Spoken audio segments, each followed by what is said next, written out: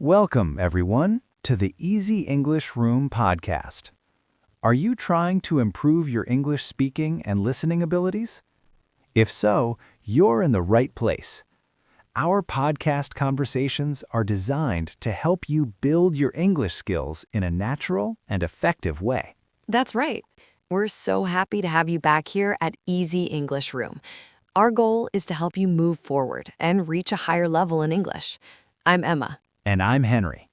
Whether you're just beginning your English journey or already working toward fluency in 2026, we're here to support you step by step. In today's episode, we're going to explore one of the most important changes you can make in your learning process. That change is learning how to think in English. This shift can truly transform the way you use the language. Exactly. Instead of translating everything from your native language, we'll show you how to start forming thoughts directly in English. This is essential if you want to speak more smoothly and confidently. Henry, I remember when I first started learning English, I always tried to translate everything in my head before speaking. It slowed me down so much. Same here. I would pause constantly during conversations, trying to find the right words.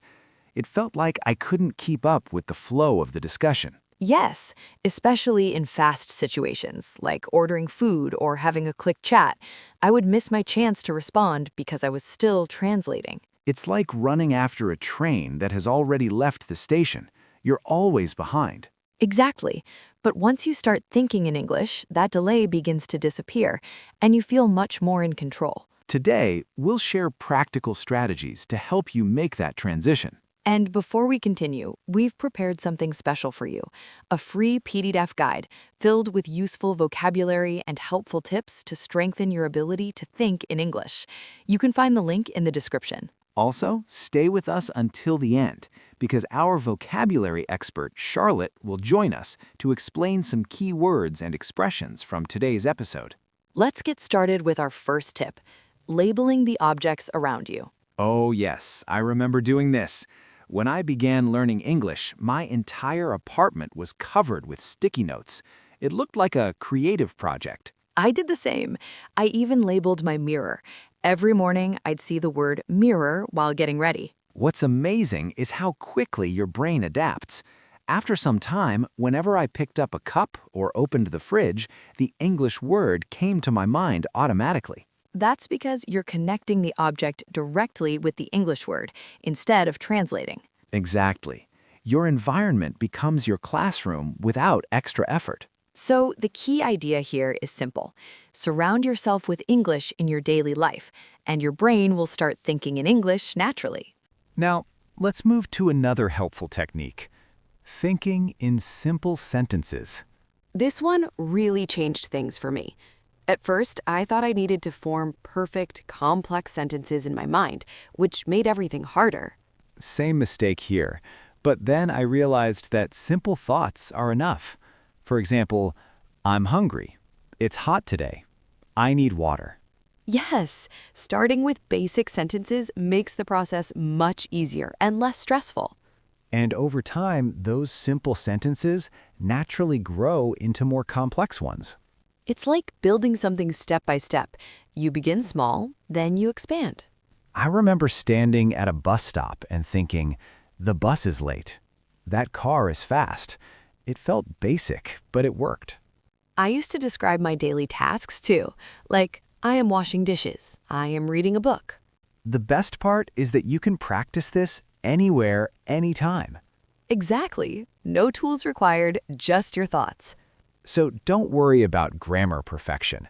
Focus on building the habit. And keep practicing consistently. That's what really makes a difference. Another powerful method is talking to yourself in English. Yes, self-talk might feel strange at first, but it's incredibly useful. I used to describe everything while cooking. Now I cut the vegetables. Next, I boil water. I did something similar while driving. I'd comment on traffic or describe what I saw.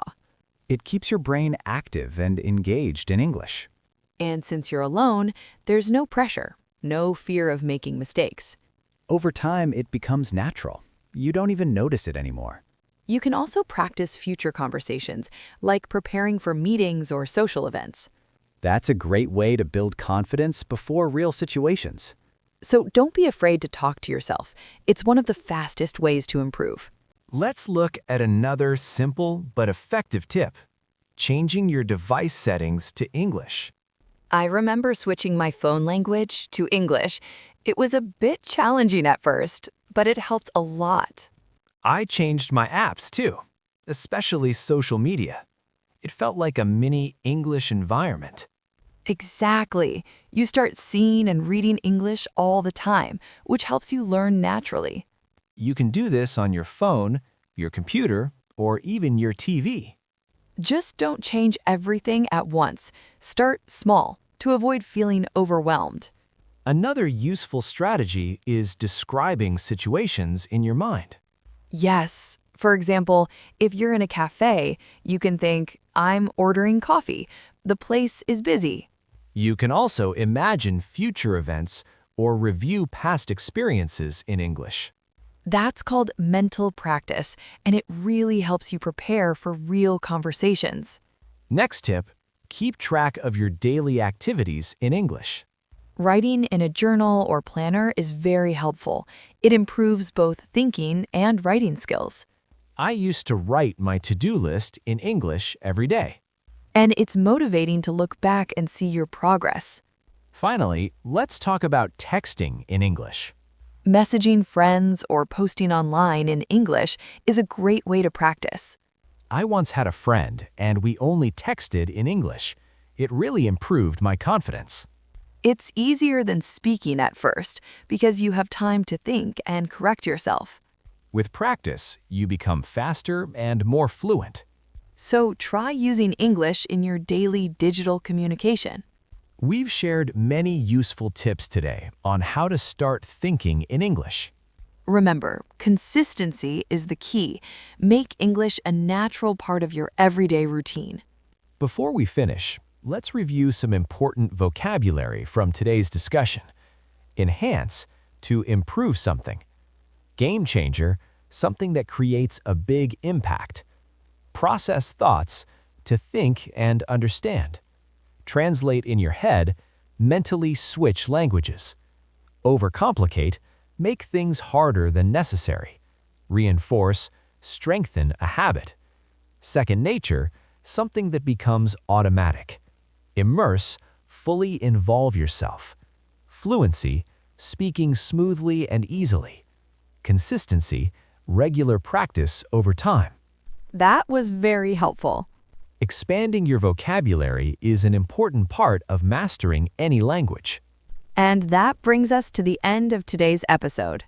We hope you enjoyed this session and found it useful.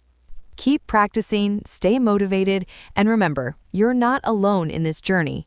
Don't forget to download our free guide and explore more episodes. Thanks for listening to Easy English Room. See you next time. Happy learning. Goodbye, everyone.